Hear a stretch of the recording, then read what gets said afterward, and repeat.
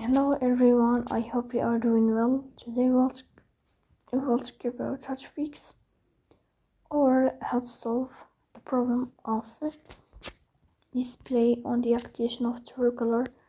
We go to settings. Here in this page, we click on apps, default apps, app settings. On above here, you will search about Truecaller and you will click. Here in this page of app info, you will click on first app and you will click OK. Then you will enter to storage. Here you will click on clear cache.